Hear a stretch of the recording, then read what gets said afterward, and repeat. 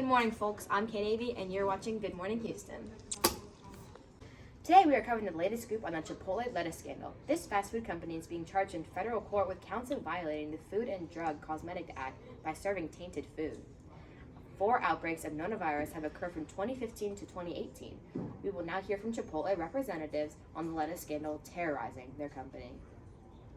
Welcome, I'm Hadia Martin, and let's hear firsthand from a doctor on what E. coli is. So, Dr. Kaiser from Kaiser Permanente, what is E. coli? E. coli is a gram-negative facultative anaerobic coliform bacterium which is naturally occurring in people and animals. Escherichia coli is pretty much harmless, as it is naturally occurring in normal people and healthy people's gastrointestinal systems. What exactly does E. coli do to the human body? When one decides to eat the infected Chipotle lettuce, they are also agreeing to the naturally occurring bacteria that comes with it. A harmless strain of Escherichia coli is ingested. It enters one's stomach, and then your body breaks it down into smaller substance for your intestines to produce more protein for your body. It is also adding more nutrients to your everyday diet. It also adds strength to your gut health and resistance to foreign bacteria, which is what E. coli should be doing to you. However, when ingesting a harmful strand of Escherichia coli, it can cause some minor side effects. So, what are these minor side effects that come with E. coli? One of the main ones being gastrointestinal bowel discomfort, which is pretty normal in most healthy people. Even if you eat a lot of vegetables, it's probably gonna happen. So what makes the E. coli strain at Chipotle different? It isn't different because only 25% of the cases reported against Chipotle were actually just normal things, and it was not related to Chipotle at all. E. coli is in other foods too, not just Chipotle lettuce. It's not something new. Hi, I'm Kate Avey, and I'm here with Chipotle rep Bobette. Now, down to what everybody wants to know. How did E. coli end up in the Chipotle lettuce? Well, here today I have what our executive culinary chef does. So basically, our culinary chef equalizes the lettuce portions consistently into your cuisine to your liking. Then he slices each piece of lettuce individually to the consumption of how the person is to feast it. The lettuce procedure is sliced very pretty elementary. First, our culinary chef has to wash each piece of lettuce very carefully. Squeaky clean, stainless, and our sinks of steel.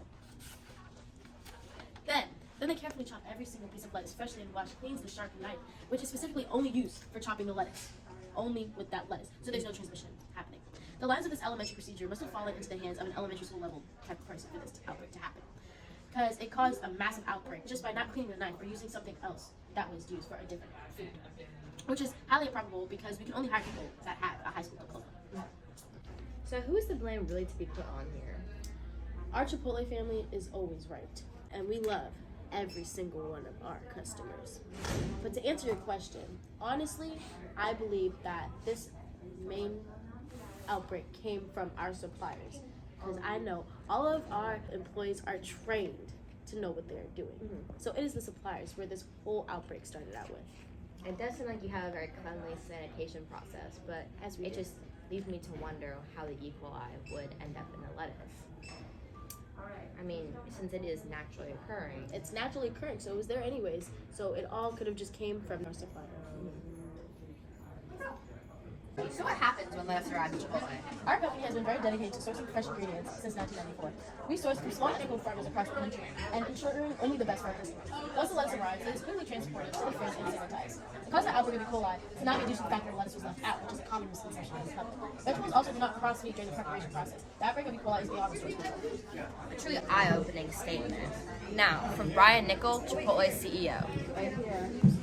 Good morning, Houston. This is Brian Nickel, Chipotle CEO. A lot of you have been wondering why Chipotle is better and fresher than most restaurants. We need to cascade memos about our functional, organizational, paradigm approaches. Our exploratory research points go to millennial monitored contingencies. The restaurant sources interactive reciprocal resources unlike quick kinetic energy-based restaurants. And now, you ask, why should we still eat at Chipotle? Good question. At Chipotle, we take this incident very seriously. The safety of our food and customers is always the highest priority. We are committed to every action that is needed for customers to feel at home at our restaurant. We are taking steps such as enhancing the safety and quality assurance program of our suppliers to DNA testing our food sources. Thank you. I'm Brian Nickel. Look at this crazy Chipotle fan outside. Let's let her in. I love Chipotle so much. Why are you still eating Chipotle after the E. coli breakout? Well, no one has kicked the bucket, some of the fishes, or bit the dust, and I'm gonna keep eating it breakfast, lunch, and dinner for as long as I live, because I love Chipotle. You, 'cause I only want you. Yeah. Thank you for watching. See you tomorrow on Good Morning Houston.